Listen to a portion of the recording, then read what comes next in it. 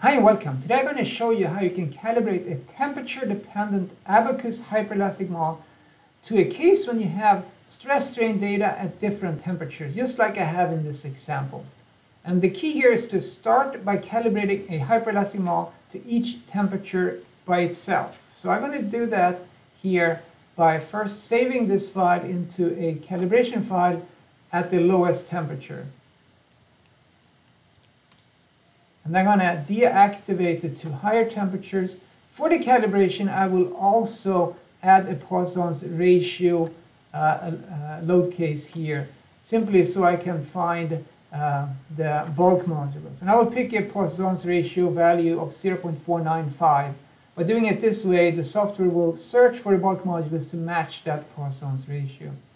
So I'm going to pick a simple Abaqus Hyperelastic material model. I'll pick the Aruda Boyce in this case. It's a very simple model, and that will allow us to match this data hopefully relatively well. So here's my initial guess. I'm going to now run the calibration from this point.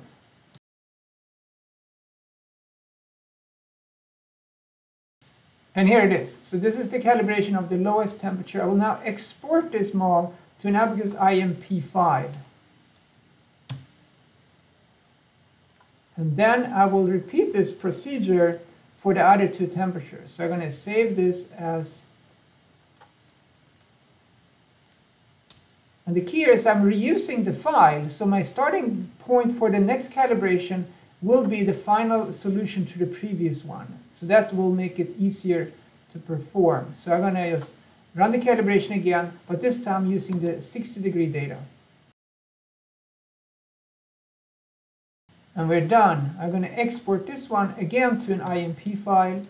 This is T60. And then I'm going to save this as the starting point for the last calibration, which was at 150 degrees C. And I'll switch over to that data. And this is the initial guess. And we'll run the calibration again the last time. And here it is. I'm going to export this model to a IMP file again. And here it is. I'm going to take the lowest temperature. I'm going to make a copy of that. And this is going to be my master file, all temps. I'm going to open this file with the text editor. And I'm going to create a new file here that's going to be for different temperatures. So here is the result at 20 degrees C. All you need to do is add the temperature at the end of these parameters. Then I'm going to open up the other file we created at 60 C.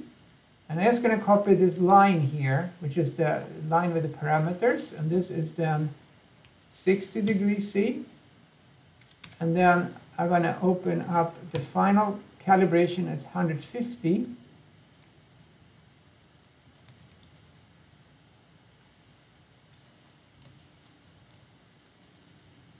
And that's it. Here is your temperature-dependent Abaqus hyperelastic material model that we calibrated one at a time. And now we have a temperature-dependent hyperelastic model. To see if this works, we can put it into MCalibration by copying all of this into the clipboard. And here's MCalibration. I'm going to start a new window, a blank window. I'm going to paste in this material model we copied to the clipboard as an Abaqus template. And when you use a template, you don't need a density definition. But here are the parameters. We can make these variables and search for them. But for example here, I'm just going to take it the way it is. And we have an Abaqus template material model. It doesn't have any values here because they are predefined and there's nothing to search for. I'm then going to create 3 virtual load cases.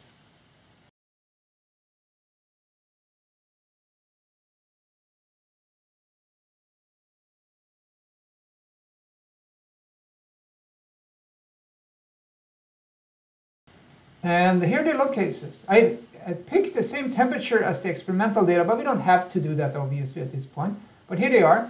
Before I run this, I'm going to change the colors of the lines. So I select all, I edit them, I'm going to color code them based on the load case index. That's going to make it a little easier to see them in the end.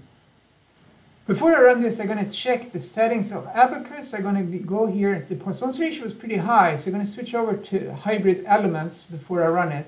And here it is. Now I'm going to try to just run this the way they are. And here's the results. I can switch over to engineering stress strain, and it looks about the same as we saw earlier for the actual experimental data. And that's it. So you can use MCalibration to calibrate the material at each temperature. You combine them using a text editor, and then if you want to explore this material, you can put it back into MCalibration if you like. You don't have to. You can take it directly into Abaqus as well. That's it. If you have any questions, you can ask them below.